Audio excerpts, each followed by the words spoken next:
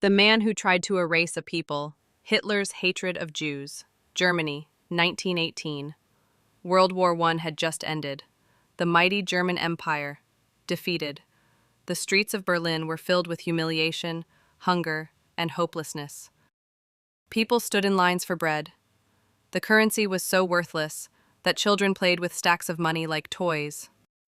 In that same broken Germany, a young soldier returned home, angry, wounded, and jobless. His name, Adolf Hitler.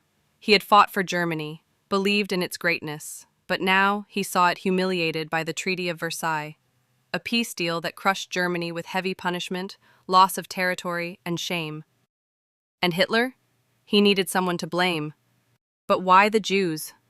It wasn't something that started suddenly. In Europe, anti-Semitism, the hatred or mistrust of Jewish people, had existed for centuries. Jews were often treated as outsiders. People believed dangerous myths that Jews secretly controlled banks, media, and even governments. After World War I, far-right groups in Germany spread a dangerous idea. Germany didn't lose the war on the battlefield. It was betrayed from within. They called it the stab-in-the-back myth and blamed Jews, communists, and liberals for Germany's collapse. Hitler didn't invent this hatred, but he used it like fuel. In the 1920s, he joined a small political group, the Nazi Party.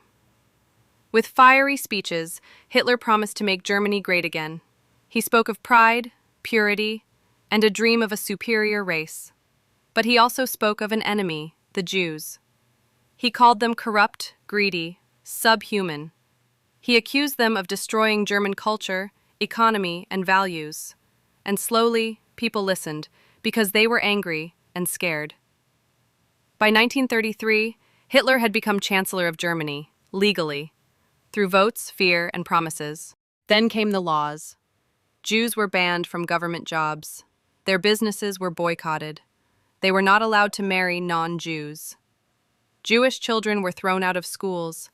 Even scientists, doctors, and artists were erased from society. By 1935, Jews in Germany weren't just second-class citizens. They were no longer considered citizens at all. And Hitler? He wasn't finished. 1939, World War II begins. Germany invades Poland. But this time, Hitler had a new plan. The final solution. He didn't want Jews to leave anymore. He wanted them eliminated. Across Europe, Jews were rounded up and sent to concentration camps. Trains packed with families. No names, no trials, just numbers on arms. The camps were built like factories, not for work, but for death. Auschwitz, Treblinka, Sobibor, Dachau. Words that still haunt the world. Gas chambers disguised as showers. Children separated from mothers. Bodies burned in ovens. Over 6 million Jews were murdered. More than 1 million were children. Why did he do it? Some say it was hate. Some say it was madness. Others believe it was fear. Fear of losing control, fear of difference.